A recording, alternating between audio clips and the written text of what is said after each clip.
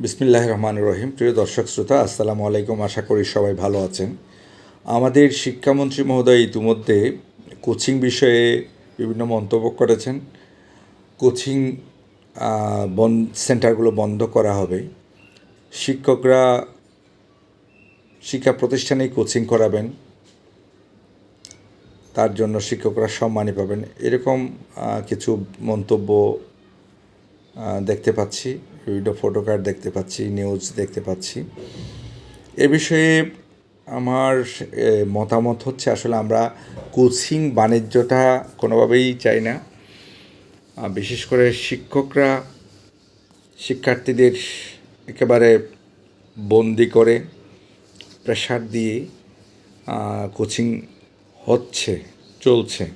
অনেক ক্ষেত্রে কোচিং না করলে শিক্ষকরা শিক্ষার্থীদের প্রতি বিরূপ আচরণ করে, তাদের প্রতি অত্যাচার করে একরকম, এবং এমনকি অভিভাবকদের সাথেও বিরূপ আচরণ করেন। এটা আমরা দেখি। শিক্ষকরাও এরকম আচরণ করতে না পারুক, এবং এটার জন্য একটা নির্দেশনা থাকা উচিত। শিক্ষার্থীদের যাতে কষ্ট না হয়, এটা সীমিত পর্যায়ে, সীমিত ফিয়ের মাধ্যমে, নির্ধারিত সীমিত ফিয়ের মাধ্যমে যাতে শিক্ষার্থীরা সুযোগ পায়, সেরকম হওয়া উচিত। এবং ওখানে যাতে আবার নামকাওয়াস্তে কোনো কোচিং না হয়, ইফেক্টিভ কোচিং হয়, শিক্ষার্থীরা উপকৃত হয়, লাভবান হয়, শিক্ষকরা সর্বোচ্চ আন্তরিকতা দিয়ে, যত্ন দিয়ে কাজটা করান, এবং সেটার জন্য অভিভাবকদের যাতে কষ্ট না হয়, এভাবে ফিটা নির্ধারণ করা উচিত।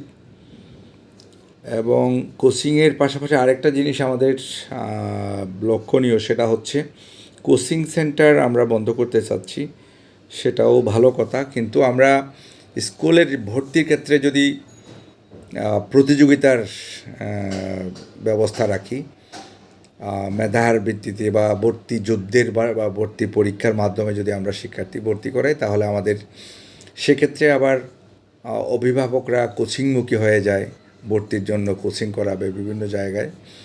এটা একটা অসুস্থ প্রতিযোগিতা শুরু হয়। সেই বিষয়টা নিয়েও আমাদের ভাবা উচিত বলে আমি মনে করি।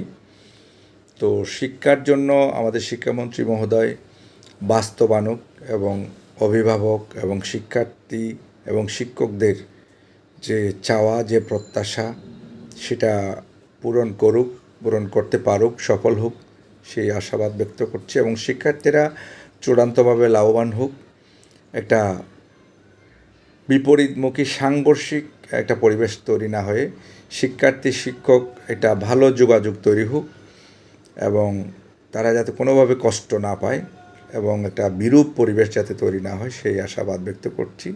আসসালামু আলাইকুম।